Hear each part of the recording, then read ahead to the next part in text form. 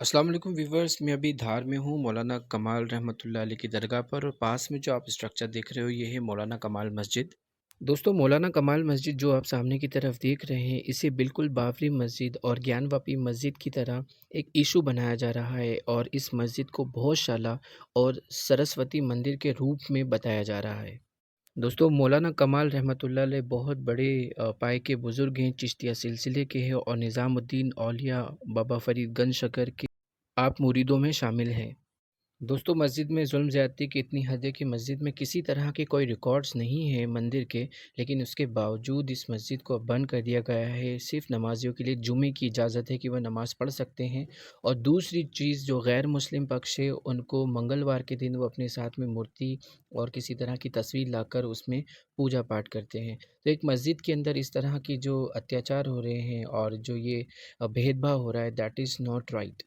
22 तारीख के दिन ही इंदौर हाई कोर्ट में सुनवाई होने वाली है और मैंने जुमे की नमाज़ वहीं पर इस मस्जिद में अदा की थी। मस्जिद के सभी लोग दुआ कर रहे थे कि रब्बे कदीर हमारे हक़ में फ़ैसला हो। लेकिन दोस्तों वो कहते हैं ना तुम्हारा शहर तुम ही मुद्दई, हमें मालूम था हमारा कसूर निकलेगा। तो दोस्तों अभी तक जितने भी कोर्ट की तरफ से डिसीजन आए हैं वो पूरे अन्यायपूर्ण हैं। उसमें किसी तरह का न्याय नहीं है और ये जो सरकार का आप रोज़ा देख रहे हैं मालवा सल्तनत के जो सुल्तान सबसे पहले थे दिलावर खान गोरी, उन्होंने सरकार के रोज़े का निर्माण करवाया था, साथ ही मस्जिद का रिकंस्ट्रक्शन करवाया था जो खिलजी डायनेस्टी के टाइम मस्जिद का निर्माण हुआ था।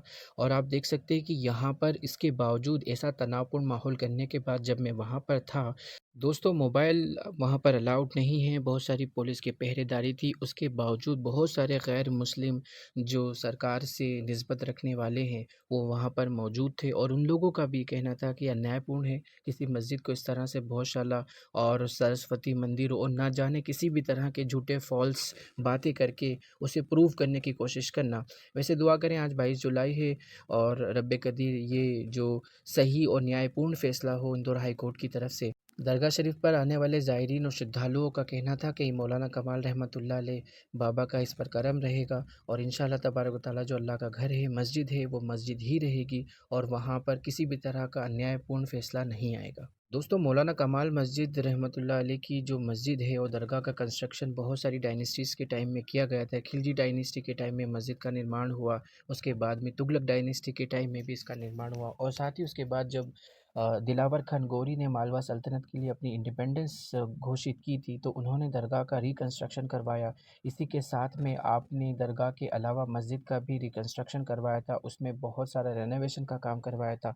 आप सरकार का ये जो गुंबद और मीनार ये देख रहे हैं, ये दिलावर खान गौरी के वक़्त का ही काम किया गया है, जो कि मालवा के पहले सुल्तान थे और उन्होंने मालवा सल्तनत की शुरुआत की थी। दोस्तों बताया जाता है कि निज़ामुद्दीन औलिया रहमतुल्लाह अलैह के हुक्म से सरकार कमाल रहमतुल्लाह अलैह मालवा तशरीफ़ लाए ताकि दीन की तबलीग कर सके, सच्चे खुदा परमेश्वर अल्लाह तबारक व तआला के इस सच्चे पैगाम को और इस प्रचार को लोगों तक पहुंचा सके। तो ऐसा प्रचारक आप यहाँ पर आए और आपने बहुत सारे लोगों को कलमा तौहीद पढ़ाया। और जैसे दोस्तों औलिया इकराम का एक उसूल रहा है कि जितने भी लोग हैं मानवता के लिए जिएँ, प्रेम के लिए, सब सद्भावना के लिए जिए, समता के लिए जिए, बराबरी के लिए जिए। और यहाँ पर हिंदुस्तान में जितने भी लोग थे जिस तरह से ब्राह्मणवाद से पीड़ित थे, उन सभी ने सच्चे धर्म को, सच्चे खुदा को अपनाया और उसकी आराधना, उसकी पूजा और उसकी इबादत शुरू करी। तो सूफियाओं का पैगाम शिक्षा का भी था दोस्तों। तो हम शिक्षित हों, जिस तरह से अन्यायपूर्ण माहौल हमारे देश में बन रहा है, तो हमारे लिए ज़रूरी है कि हम खुद भी शिक्षित हों और हमारे आसपास के लोगों को भी शिक्षित कर पाएँ, ताकि हम हमारे देश में हो रहे अन्याय और अत्याचार के खिलाफ़ हम अपने लिए भी और दूसरों के लिए भी खड़े हो सकें। दोस्तों मैंने अभी पूरा मालवा सल्तनत पे एक वीडियो बनाया है। I am just going to upload that, so thank you for watching and as I just tell you in every my video that I'm traveling all over India to tell you the history of all sultanate and all your friends and present such political situation of our country. So I just request you please like the video, share the video and subscribe the channel, and thank you for watching.